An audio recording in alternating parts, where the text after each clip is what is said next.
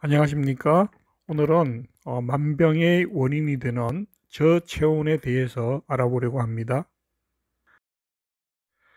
체온이 낮아지는 것이 건강과 무슨 관계가 있는 걸까요?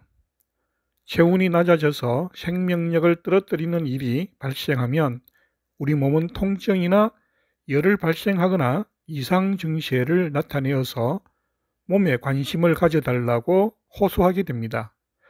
그런데도 몸이 보내는 신호를 무시하고 지나치게 된다면 다음과 같은 질병이 나타나게 됩니다.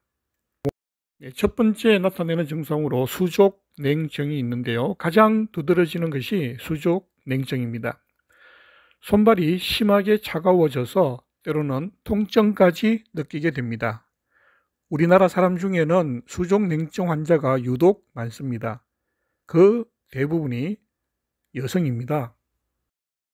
수족냉증의 근본적인 원인은 낮은 체온 때문인데 저체온으로 혈관이 수축하면 말초혈관까지 혈액이 충분히 도달하지 못하게 된다고 합니다. 근래에는 과도한 스트레스로 인한 체온 저하 탓에 수족냉증 환자가 더 늘어나고 있다고 합니다. 손발이 차가운 것을 단순히 불편하다고만 생각할 것이 아니라 근본적인 치료를 할 필요가 있습니다. 다음은 소화기능 저하인데요. 심부 체온이 낮으면 소화기관이 제대로 기능하지 못하게 됩니다.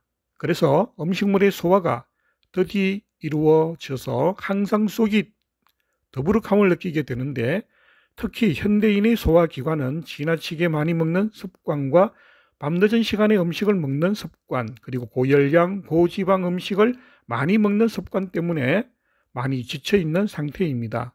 그런데 체온까지 낮아지면 소화 장애가 더욱 심해지게 되겠죠.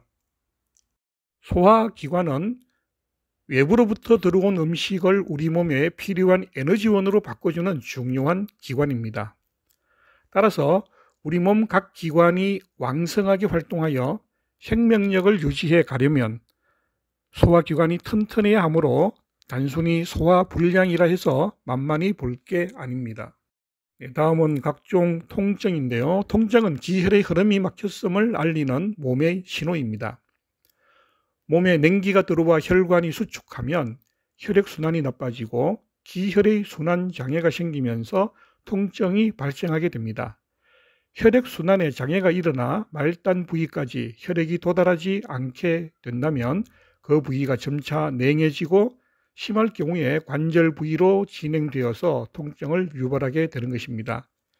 이와 같은 순환 장애가 발생하는 원인은 육체적, 정신적 스트레스, 과식 습관, 운동 부족 등에서 찾을 수가 있습니다. 우리 몸 곳곳의 혈관 질환 역시 혈액이 제 속도로 흐르지 못하기 때문에 발병하게 됩니다. 예컨대 흔히 심장마비라고 부르는 심근경색은 혈관 안에 쌓인 노폐물들이 관상동맥을 막기 때문에 일어나고, 가슴에 극심한 통증을 유발하는 협심증도 비슷한 원인으로 발병하게 됩니다. 결국은 순환의 문제이며 그 근본적인 이유는 역시 낮은 체온 때문입니다.